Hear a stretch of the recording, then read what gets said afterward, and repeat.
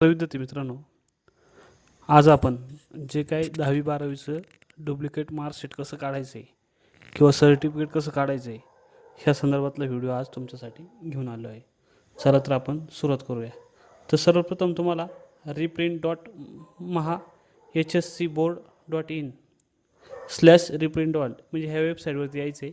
याची लिंक मी व्हिडिओच्या खाली डिस्क्रिप्शन बॉक्समध्ये देतो आहे. तुम्ही तिथून जाऊन पण डायरेक्ट वेबसाईटवरती येऊ शकता. आता याच्यामध्ये तुम्हाला लँग्वेज इथं तुम्ही सिलेक्ट करू शकता. तर सर्वप्रथम तुम्हाला लॉग इन बटनवरती क्लिक करायचं आहे. लॉग इन बटनवरती क्लिक केल्यानंतर तुमचा जो काही मोबाईल नंबर असेल तो मोबाईल नंबर टाकायचा आहे आणि सेंड व्हेरिफिकेशन कोडवरती तुम्हाला क्लिक करायचं आहे.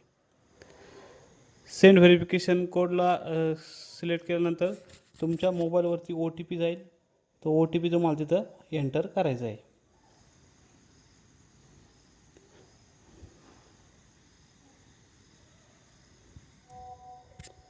OTP तुमच्या मोबाईलवरती रिसीव होईल. जो नंबर तुम्ही दिला आहे तो OTP तुम्हाला टाकून घ्यायचा आहे आणि व्हेरीफाय अँड नेक्स्ट बटनवरती क्लिक करायचं आहे. नेक्स्ट बटनवरती क्लिक केल्यानंतर तुम्हाला ईमेल ID पण मागेल. ईमेल ID वरती पण सेम OTP जाईल. तो ईमेल ID चा OTP टाकल्यानंतर तुम्हाला अशा पद्धतीचा डॅशबोर्ड तुम्हाला इथं ओपन होऊन जाईल. त्यानंतर तुम्हाला आता इथं दोन ऑप्शन येतात आहे, HSC आणि SSC बोर्ड. त्यानंतर तुम्हाला इथं गो टू HSC बोर्ड याच्यावरती क्लिक करायचं आहे. याच्यावरती क्लिक केल्यानंतर तुम्हाला फिल ॲप्लिकेशन फॉर्म याच्यावरती तुम्हाला क्लिक करायचं आहे. हे क्लिक केल्यानंतर तुम्हाला इथं सगळ्या सूचना दिल्या आहेत, त्या काळजीपूर्वक वाचायच्या आहेत. विद्यार्थ्यांनी सगळी माहिती ही अचूकपणे भरायची आहे. त्यानंतर डुप्लिकेट मार्कशीट म्हणजे द्वितीय गुणपत्र किंवा प्रमाणपत्र आवश्यक व तात्काळ गरज असल्यास तात्काळ सेवा म्हणून जादा 100 रुपये भरल्यानंतर तुम्हाला 3 दिवसामध्ये तुमचं ते प्रमाणपत्र तुम्हाला भेटू शकतं. त्याचप्रमाणे जे काय तुमचं डुप्लिकेट मार्कशीट आहे किंवा प्रमाणपत्र आहे ते पैसे भरल्यानंतर अर्ज मंडळास प्राप्त झाल्यानंतर 7 दिवसामध्ये मिळू शकतील. म्हणजे वर्किंग 7 दिवसामध्ये, जे की गव्हर्नमेंट हॉलिडे वगळता. कार्यालयाने परीक्षेच्या निकालानंतर शाळा कनिष्ठ महाविद्यालयामार्फत विद्यार्थ्यांना मूळ गुणपत्रिका प्रत दिल्यानंतर संबंधित निकालाच्या 3 महिन्यांच्या आत दुसरी प्रत मिळणार नाही. म्हणजे समजा आता जे काही 10वी-12वीचे रिझल्ट लागलेत ते रिझल्ट लागल्यानंतर तुम्हाला 3 महिन्याच्या आतमध्ये लगेच रिझल्ट डुप्लिकेट भेटणार नाही. म्हणजे तुम्ही तुमचे रिझल्ट लागल्यानंतर तुम्ही 3 महिन्यानंतरच हे अप्लाय करू शकता. त्यानंतर मायग्रेशन संदर्भातले 7 दिवसाची प्रोसेस आहे.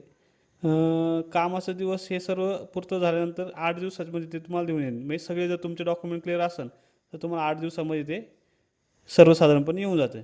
जर फेल असेल तर ते पण प्रमाणपत्र दिलं जात नाही. म्हणजे डुप्लिकेट मार्कशीट किंवा मायग्रेशन असेल तर ते HSC SSC बोर्डाकडून दिले जात नाही. एकदा भरलेले शुल्क कोणत्याही कारणास्तव तुम्हाला परत मिळत नाही. गुणपत्रक प्रमाणपत्र तयार झाल्यानंतर 2 महिन्याच्या आत स्वीकारा, त्यानंतर मंडळाची जबाबदार राहणार नाही. म्हणजे काही विद्यार्थी बाय पोस्टचा ऑप्शन सिलेक्ट करतात. बाय हँड जर असेल तर 2 महिन्यात तुम्हाला कलेक्ट करायचे आहे. सर्व संबंधित कागदपत्रे हे सर्व संबंधित विद्यार्थ्यांना दिली जातील. म्हणजे तुमचे नातेवाईक मित्र यांना कोणाला दिले जात नाही, प्रोव्हाइड केले जात नाही बाय हँड जर असेल तर. अशा पद्धतीने सगळ्या गोष्टी आहेत. त्याचप्रमाणे विद्यार्थ्याचं वय जर अज्ञान असेल, म्हणजे जर 18 वर्षापेक्षा कमी असेल तर प्रतिज्ञापत्रावरती पालकांनी देणे आवश्यक राहील. आता ह्या सूचनावरती सगळ्या मी वाचल्यास सहमत आहे असं करून चेकबॉक्सवर क्लिक करून आय ॲग्रीवरती क्लिक करायचे. त्यानंतर तुमचं जे काय 10वीचं जे काय नाव आहे ते 10वीचं नाव तुम्हाला इथं एंटर करायचं आहे ॲज पर तुमच्या मार्कशीटप्रमाणे. आता मार्कशीटप्रमाणे आपण नाव टाकून घेऊया.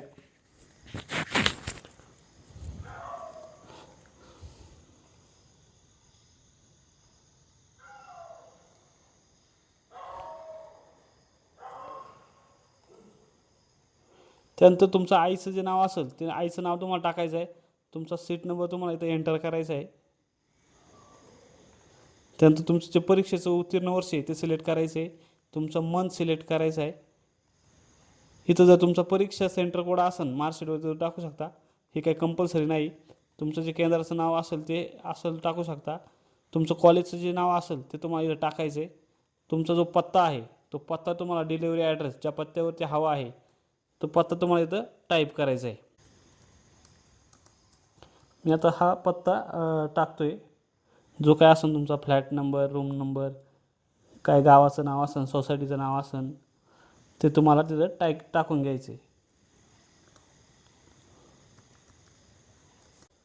एकदम सोप्पा असं फिल इनचा हा फॉर्म आहे, एवढं काही अवघड नाही आहे. आता हे तुमच्या माझी पर्सनल इन्फॉर्मेशन असल्यामुळे मी हे सगळे हाईड करणार आहे, ते तुम्हाला तिथं शो होणार नाही. पण तुम्ही तुमचा जो काय असेल ते प्रॉपरली एकदम मेन्शन करून टाकायचं आहे.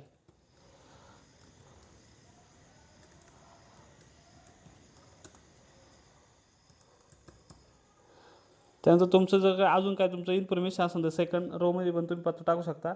तुमचा जो काय पिन कोड असेल तो पिन कोड तुम्हाला इथं एंटर करायचा आहे.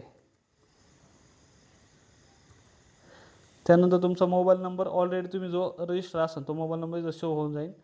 त्यानंतर तुमचा परीक्षेची जी माहिती आहे, म्हणजे डिलिव्हरी प्रकार तुम्हाला बाय पोस्ट पाहिजे का बाय हँड, इथं बाय पोस्ट सिलेक्ट करायचं आहे. जर बाय हँड केलं तुम्हाला 2 महिन्याच्या आत तुमचं कलेक्ट करायचं आहे. नंतर तुमचा परीक्षेचा जिल्हा निवडायचा आहे, जो काही तुमचा जिल्हा असेल तो. हे सगळं झाल्यानंतर तुमचं हे खाली येऊन जाईल तुमचं कोणत्या डिव्हिजनच्या अंडर येतं. आता माझं आईला नगर परीक्षा सेंटर असल्यामुळे ते पुणे डिव्हिजनच्या बोर्डच्या अंडर येतं. नेक्स्ट स्टेपवरती क्लिक करा. नेक्स्ट स्टेपवरती क्लिक केल्यानंतर तुमचे हे प्रतिज्ञापत्र तुम्हाला हा फॉर्मॅट कसा हे करायचा आहे मी तुम्हाला तो पण सांगेन तुम्हाला. तुमचं हे प्रतिज्ञापत्र स्टार्टिंगलाच तुम्ही ॲप्लिकेशन करायच्या अगोदर तुम्हाला ते प्रतिज्ञापत्राचा फॉर्मॅट दिला आहे, तो डाउनलोड करून तुम्ही तो फिल करून अपलोड करायचा आहे. हे केल्यानंतर तुम्हाला इथं तुमचे प्रतिज्ञापत्र तुम्हाला अपलोड करायचे आहेत. तुमचं जे काय आधार कार्ड असेल ते आधार कार्ड तुम्हाला इथं अपलोड करायचे आहे.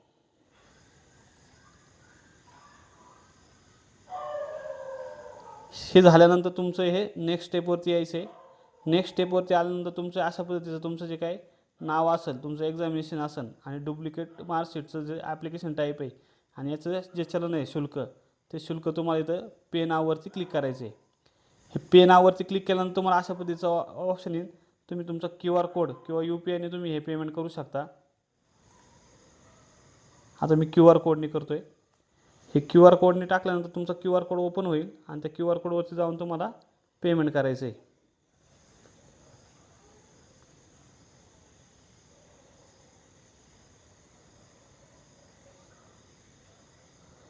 जे काही शुल्क असेल ते शुल्क तुम्हाला पेड करायचं आहे. अशा पद्धतीने पेड केल्यानंतर तुम्हाला थोडं वेट करायचं. असं हे पेमेंटचं स्टेटस तुम्हाला इथं दिसून जाईल सक्सेसफुली, जे की तुम्ही डाउनलोड करून पण ठेवायची तुमची रिसिप्ट. त्यानंतर तुम्हाला परत डॅशबोर्डला यायचं आहे.